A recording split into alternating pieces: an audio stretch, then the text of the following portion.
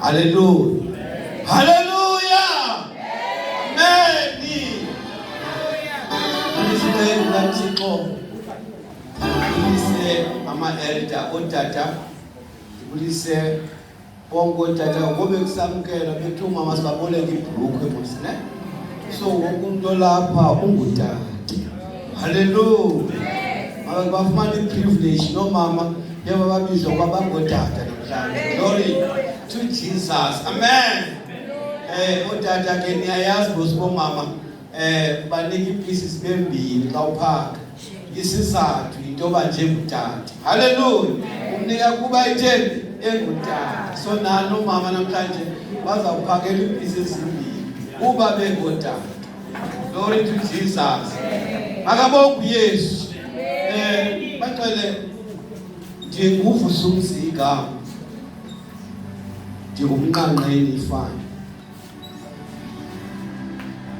Isindisiwe. Ndamkela uYesu njengenkosi nomsindisi.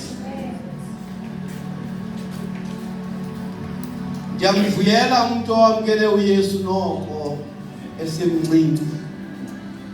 Ithi la ngoma usindile enjenjalo. Kodwa kube ngelishwa umnoko ndimamkele noko. Mna ndingulona wamkele ukwenzela uba azohuqa abangangama sebekhulile esebenze konke. Aba bathi andinabasasindiswa mna noko hayi izono zam kubona kafike kwela labakala loba ubali izono zam kodwa andinohlobo la usindiswa. Lelibakala lamkelo zendaka zami ezo. Hallelujah. Babalo lukaThixo langqaku. Ndibangajonga ngemva andiboni nento eyayibangela kuYesu. Lona akhethe mna ayeka abantu abanomfaneleko abaphaya ekhaya elalini. Bebendihleka 2 weeks back becelwe ndingcwabe ephaya elalini. Bandihleka kandisithi kwakungekho mzali apha ofuna umntanakhe ovalele uvusuzi. Wathi umuntu ovusuzi uThompi umuntu lwabo omkhulu umuntu yo Thixo wonakala mntana yini ndandi kwelo baka kodwa inceba kathi baba kwizithando zaseKapa kukho ijem nebhotolo ndikhibilika xhathisa ngerama. Hallelujah. uThixo ongamkhethe wabusobala wabona kufanelekile noba ndizincame ifoni isangena i-messages engakafiki WhatsApp. Hallelujah. Uthixo wayinqakula neyam impilo wadenza inene wadenza umuntu phakathi kwabantu. Bangcwele ndingcwele ngobaba. Lento ndithetha kuni ndithetha kum ngo-2 o'clock ekusekusa. Ndihleli nomoya oyingcwele ndithi moya oyingcwele Nkosi. Xa bendingubani oba ndibe proud to be holy. Ndandiligosa lesekethe wisile. Ndandixhasha befundisi ndiphinde ndibagxothe ezigosa lesekethe. Ndathi xa ndiphuma ndisithi ndirhalela ubangcwele bathi ayasithuka yena. Ndathi bangcwele ndichazinyana ndifikelwe yinto erhalela ubangcwele. Wathi ufuna uthini kanti? Ndathi hayi ndirhalela ubangcwele. Ndase ndimamkela uYesu phaa ewisile. Ndathi kodwa abangcwele simamkela uYesu kodwa mna ndirhalela ubangcwele. Andazi noba ngula Yesu nandimamkele phaa ewisile nalo wabangela uba ndiye Assemblies of God into yokwamkela uYesu. Again ndaphinda namamkela uYesu njengenkosi nomsindisi. Ndangcwele. Abantu baze apha ngehlobo abanye baze ngogula abanye ininzi into ebangela umuntu asindiswe. kodwa mina ndasiswa ukuhalela ubangcwele. Le nto ebona xa ndimephi ndithi ungaxutha zonke izinto zensindiso nezihlalo nezikhundla zokufundisi kodwa ndiyeke ndibe ngcwele because ndazela ubungcwele. Noba izinto ezingaziluza kodwa ungandoxutha ubungcwele. Eyona nto indenza ndibe proud to be myself entsindisweni is holiness. Holiness is my lifestyle apha entsindisweni. Noba ungabhoxa zonke ezinye ulinyathele phansi kodwa ungaboxutha ubungcwele. Ndimke lowo bangcwele ndingcwele ngenxa yobaba. Ndiba ngaphenya ndijonge noba yintoni ebhetele ndayenzayo andiyiboni. Xa nje ndiyaziyo ndenzela inceba zahlanjwa izono zam undibona ndimapha nje ndinyulu ndiclean slate ehlanjwa day and night ngamandla kaMoya Oyingcwele anytime. Ndivuma ndakwala agqithe yohlamba abantu. Enye ngole ndithetha. Makabonge Yesu nasenezwini bangcwele. Sikhawulezile otherwise I'm a walking testimony. I am a walking testimony.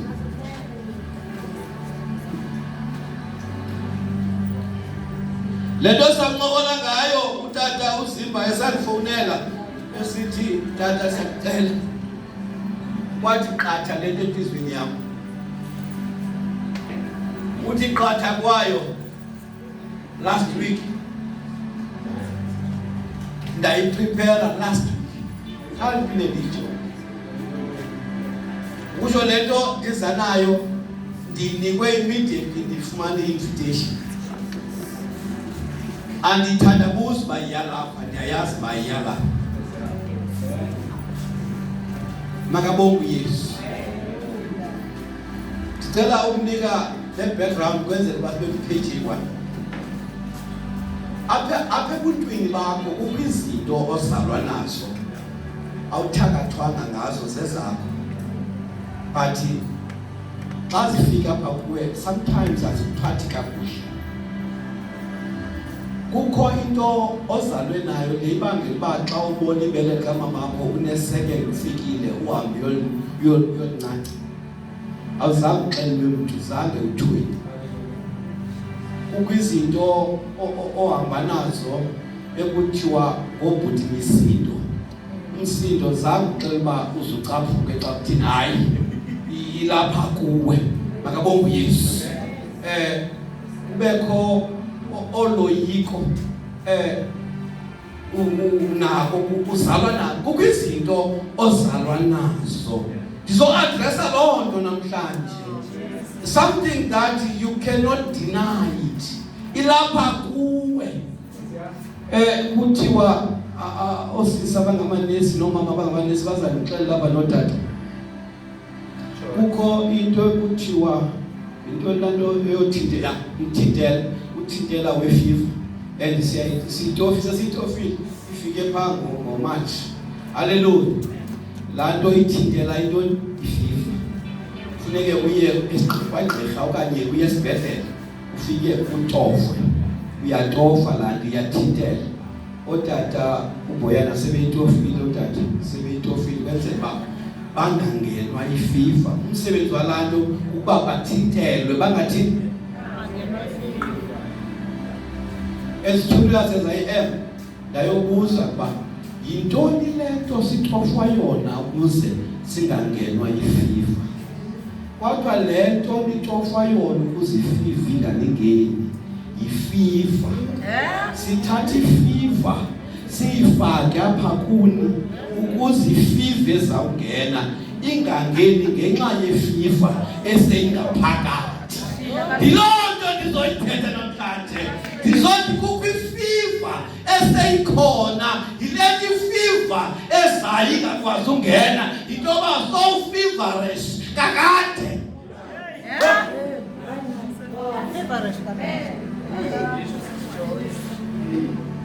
Apha endaweni yakho unyanzelekile kubekho into yoyikayo. Ayisonde xa ungoyiki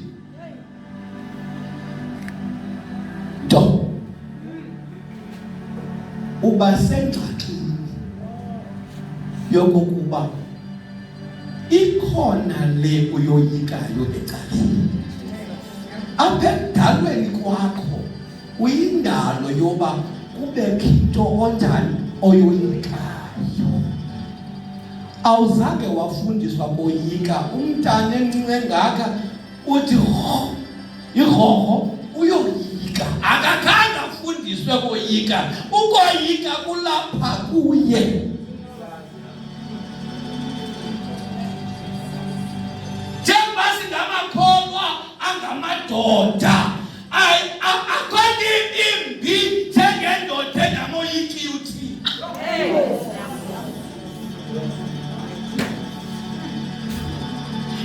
Indoda esithweni is a fearing of God. Yawuyeka ukoyika indoda uThixo. Ezizimanga namanyanga namanyuthu. Jesus. Ndizokuyisela indoda kwiposition yayo.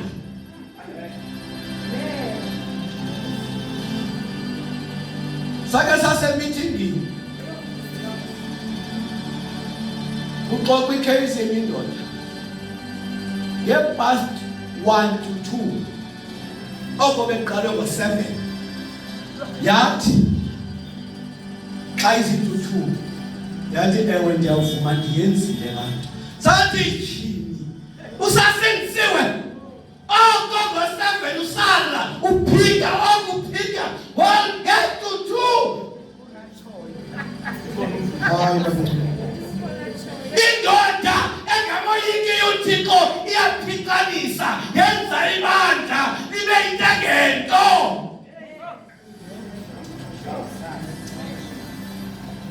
Madoda weekend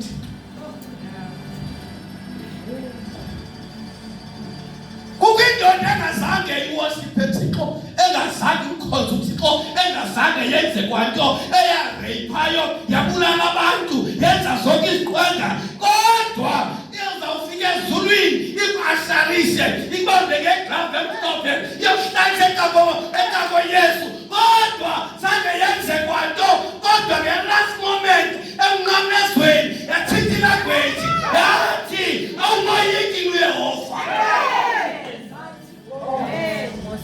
Kanti ngalo testimony yodwa izambangela qondobe abheke ezulwini esizweni. Jesus. Oh yes. Ezulwini bayizigweba ngenxa yombuzo omnye. Awumoyiki. Jesus. Kuba thina silapha ukwamajama. Lo akenzanga. Amen. Ngenxa yalo testimony yodwa yenziwa zizigweba kodwa yabangela ezulwini.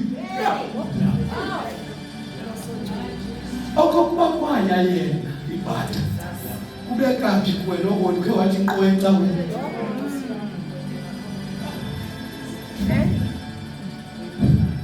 Madoda asekhulube asenophumelelo asedikeni boyikeni uYehova.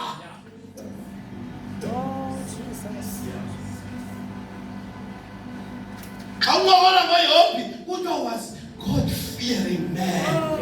Awungola ngoNoah kuthiwa was a God fearing man. Madoda yoyikani uYehova. The lack of fear of God ibangela uba ningabilawo nomdla wokubheka endlini yamadoda.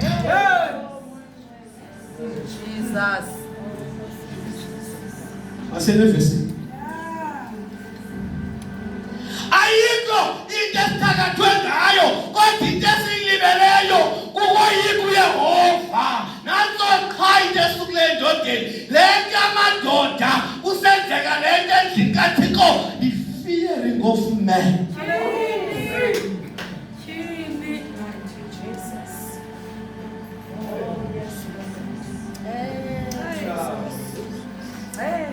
Ihlala indoda ngolwesithathu relax noma mekhaya yenzele zonke izinto izinwe akasayiqonda uba le nto yena victim yale nto umntu ongumama kuwe izabuya ngawe. Uthi uyenzela ikofi ngayanga ngolwesithathu uyayazi ngezabuya imikhuba yendoda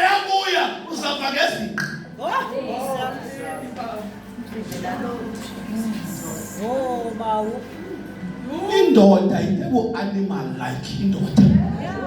Phenywa ngumoya oyingcwele. Ubona indoda ingathathendi nje. Ubona silekelela izidlele nje. Asityiswa ngavamna. Kodwa sibathwe ngumoya oyingcwele.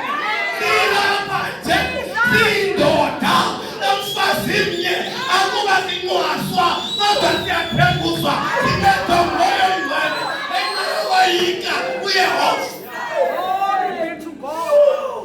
Mama sincwaswa. Siyaphekuza njengani ngosisi? Siyaphekuza. Kodwa sirayini thina sineviki. Uthi bothelele. The fear of God. Yenza singenzi. Bona ngathi sigcwele nje. Sigcinwa ngamandla. Kamoya oyingcwele. Akuba singeni kwindawo zonyotywa kodwa sinyomi. Akuba thina asinikwe imali zeBhayibheli kodwa iBhayibheli yethu thina silapha nje ento siyithandileyo ukoyika uYehova. Jesus. Awungoyiki.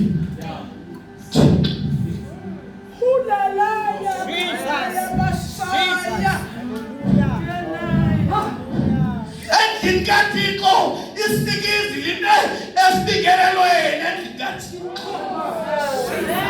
Because amadoda yikile ukoyika.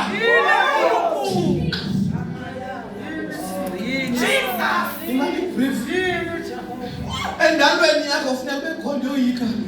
Hamba moyika uthi kuzakoyika indoda. Yanyanzela bekhona uyoyika.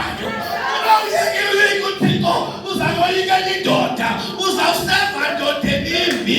Kanti ngathi basikhethela uThixo. Ngoku kusenganeno kwenqaba. Lapha kwenqaba.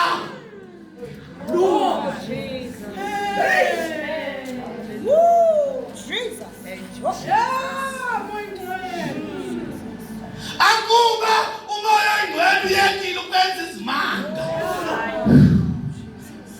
Into carriers kamoya oyingcwele. Fearless. Asimoyiki uthi. Bonoma singafana thina amadimoni sithi ngegama likaYesu uphuma. Athi amadimoni suka. Ungamoyiki uthi uThixo. Wasintoni ngegama likaYesu?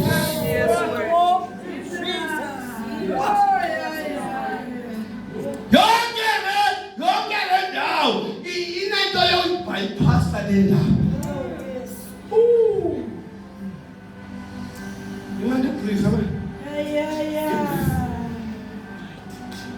Eyona nto yona ubakhile inhlanzi aphindiselwe eTalashishi.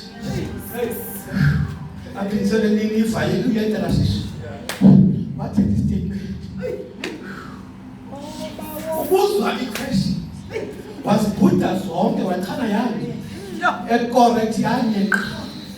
The identity what is the waveza nje i-identity. Wasiyeke zonke ezinye waveza i-identity. Wateveza lethilo wathi ndikumyebhele nje. Ndiyamoyika uYehova. Ndifuna abantu abanjalo ekuseni kulo. Bamurhatya. Sifuna abantu who are fearful of God. Akasabaliswa. Ngithunyweni niva. Ngabhekana sithi hayi umekwe kwende. I'm a fearing man. Ndiyamoyika. Amadoda. Isilandana happy. Emonti. Wathuma amanyala. Wayingqokolo. Ezinto ezingekho mcimbini. Abamadoda. Oyika uThixo. Abantu bakaThixo. Baphi abantu bokoyika uThixo. Hallelujah. Yini bongcwele Jesus. Into enceda uIsaya zaguquke abe ngumprofeti ophuma izandla ukuthi kuchapter 6 uIsaya athi Jonga uthatha nendoda eyinqaba ehlala nabantu abanqaba uJonga nje ndingumuntu onqaba kanti uThixo ewe nto wena Sarafi awambiwa kandilahle wathi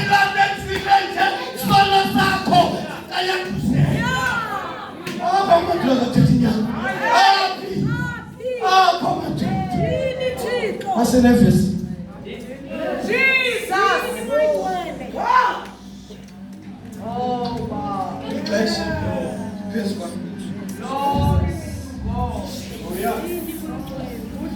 Mchumayeli chapter 12 verse 13 or 14 sithanda sense God ke Mchumayeli sizokhangela amadoda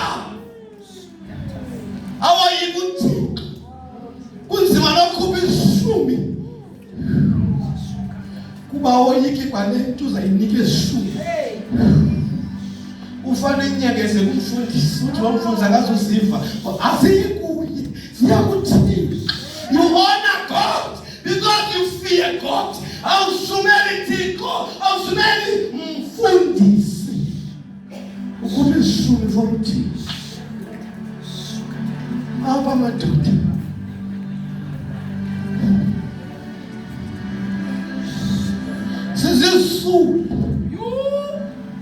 sizisulu ngoba abantu bemela boyikuthixo bayekile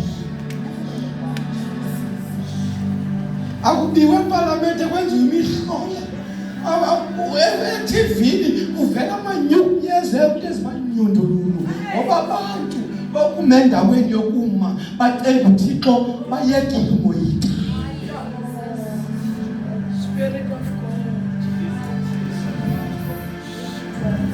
Kanfundelele Mchumayeli chapter 12 verse 13 and 14 andisanyuka sendifuna begqibeleni sekulate bo senilate emaqhingeni ndifuna ngabe egqibeleni sendigqibile 4 minutes to 8 isana Mchumayeli izithathu zokuqukumbela ukuhlanganiswa kwentetho yakuba ivakele into yonke naku yoyika uThixo ugcine imithetho yakhe ngokuba indawo leyo yimfanelo yoluntu lonke ngokuba izenzo zonke uThixo uyakuzizisa ekugwetyweni izinto zonke ezifihlakeleyo nokuba zilungile nokuba zimbi Thandaza izilapho elibawo linyaniso lingamadoda asiqondisa indlela lisisibane ezinyaweni zethu Thixo wethu namandla wonke selifundiwe ebusuku lisikelele ngosulingcwalise sithe nqwadalala sonke kule ndawo sizova ukuthetha kwakho ngoba kuyaphilisa thetha baba wasiphulaphule egebeni lika Yesu waseNazaretha amen hayi manje kafunde nje bethuna ndithele lo ndiplane last week so into lapha kafunde imizekeliso 1 verse 7 ndiyamxuvisa nje ndiyamxuvisa iyo lendumiso 1:1 kakafunde nje zona zombili ndiyamxuvisa otherwise ndizenza Mchumayeli ndiyamxuvisa kwezimbili kafunde imizekeliso chapter 1 verse 7 yonke imilambo iya elwandle hayi ukayika uYehova ukuqala kokwazi igqibile ukayika uYehova ukuqala kokwazi kawugqibe pha kwindumiso 1:12 verse 1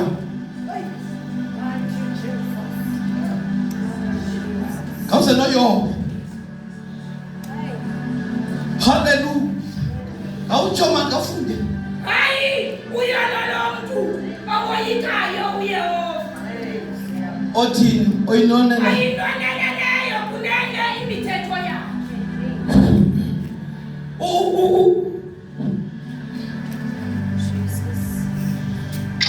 abantu abaxhelekrele ebulumkweni akakho fika kwizinga likaSolomon uSolomon akanantanga uyaphinda yedwa akanankange kuNkulunkulu. uSolomon noma wayethini na egqibeleni, kodwa xa sibamba ukuqala kwakhe uSolomon wayicingela ngiphucukileyo mhla wabuzwa uThixo uba ucela ntoni, wathi ngicela ubulumko. So uSolomon is the cleverest of them all kwi-kings zonke zamaSirayeli. Kambe uSolomon uyayivala intshumayeli, uyayivala incwadi yakhe, incwadi ezawushiyeka zingoma yazo zingoma. Uyivalile imizekeliso, wavala intshumayeli. Apha kule vesi esiyifundayo is the last words zikakumkani uSolomon before ingoma yazo zingoma. Ngamazwi akabulumko okugqibela uyala abantu basenempumelelo naseGulube uthi hey, yakuhlanganiswa yonke intetho. Uyithi ngeSingesi, the conclusion of the matter is to fear God. Uthi that is the conclusion. Yena nto inencasa kwincwadi yonke engibhalileyo ndinguSolomon, eyona ndinamandla kukoyika uYehova.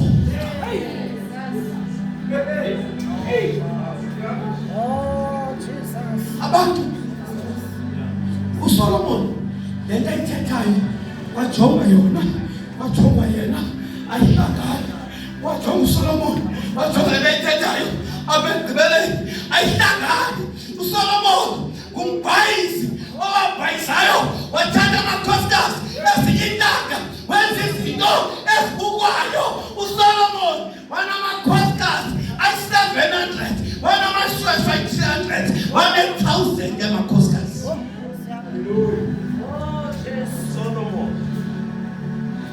Awujonge yena, ujonge lento ithi the conclusion of the matter is to fear God.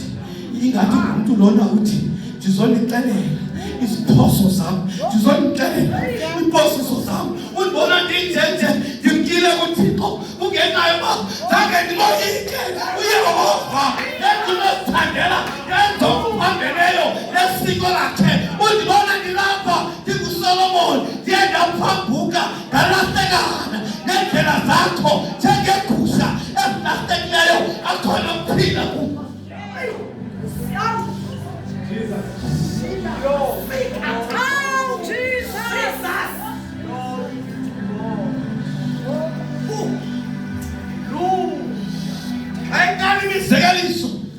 Imizekeliso Solomon, qala imizekeliso. Uyafika kwimizekeliso 1 verse 7 uthi ukoyika uYehova iqando lokwazi.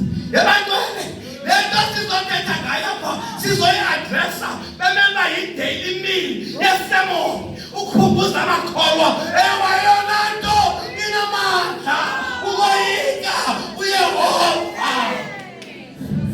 Ingathatha uThixo for granted. uJesu sibize ngaye waqhubela isikizi phambi kwakhe. Izithunywa ziyalela eyoba zikugcine inyawo lakho lingabetheke nje. Wakuzilapha wenza ezibukwayo, wenza amanyala amanyunduluko, izithunywa zamazulu uthi kuziyalele ngawe ngoba wena ungcwele kuThixo. Ubaleke nje kumoya wenze carelessly. Hallelujah. Zonanda amadoda enza carelessly.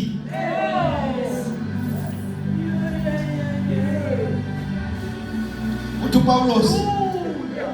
Paulos asikho isono ingeyiyo imikhuba yena. Isono asikho. Eyona nto inongameleyo imikhuba eyayisenziwa ngoyihlobo ngaphezu komama nawela nayo lasa nawe eJerusalem. Bona sibonde nje sikhaphelile, ubona nje sikhaphelile, sikhapha intoba uyamile ukoyika uThixo ngokoyiba abazali bazalwane. Siqondane mfowethu umenzele noma ngisoyika uzocela umzalwane ba urongo lempilo. Eqala masimase ukuba xa ukuthi isifuma khuphe ezathi sitshebile. Hey, uyeke ntoni umoyika uYehova? Wayika abantu intoni? Hey, uthi Solomon, the conclusion of the matter is to fear God. Hlukana nomoyika abantu, hlukana no-compromise ivangeli ngenxa yosefa abantu, hlukana no-intelizono uzofuna uzosiqhatha ngenxa yomoyika abantu, hlukana nalonto, moyika uYehova ngenhliziyo yakho yonke. Hlukana ne-pretense.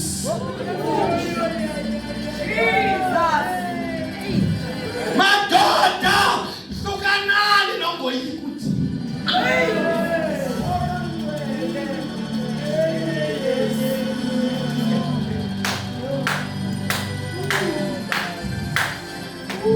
Akakuba bese kwiposition yomoyika uthi ko ezinto zenzekayo besingazi ukwenzeka kuba wonke ubani ozibisa ngeligama ebezawuzenza nyulu azisuse kubini angene endaweni elungileyo kuba thina sideclariwe kodwa angawo amalungisa singalungisanga nto.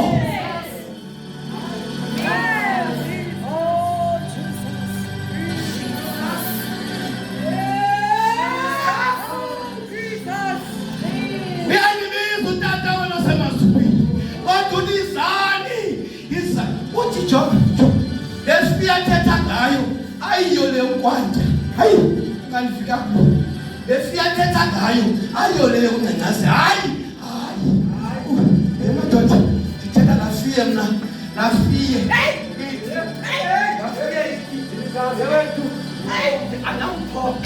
Andinampho unomthawa, andinampho isithando sakho, andinakwenza nantoni na. Ufuna lo fear, it comes out of love. The fear of love. Unangeke, andiyeke, nahambena mungama, andinomphoqapha. Sifuna lo fear, bantwana. Sifuna lo fear, fear. Yegangsta thina unaba yibhozani. Owetuthiko akayobhosi kodwa ukwi-relationship. God is in love with us. Where is the fear of the relationship? Uthi the relationship unayo noThixo. Uthi angeke ngimphonge, ngeke ngimdanise. Ngeke thuna siswa relationship esiqotho. Abo uthatha ifoto ingekabikho lento. Uthatha ifoto uliphuze useGauteng wena ulapha sisuka. Kodwa wakuthi uThixo lo umphuze ngakoni mna ndiyakubona.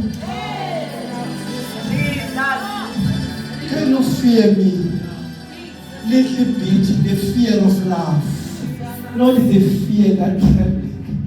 Leyo koyika udungazi. Hayi, uthi ndifuna nje leyoba undazi ba ndikuthini onamandla ndikuthembekile kaSirayeli ndimlo wenkombulula isibhakabhaka kangangani inkombulula ingabende ndimlo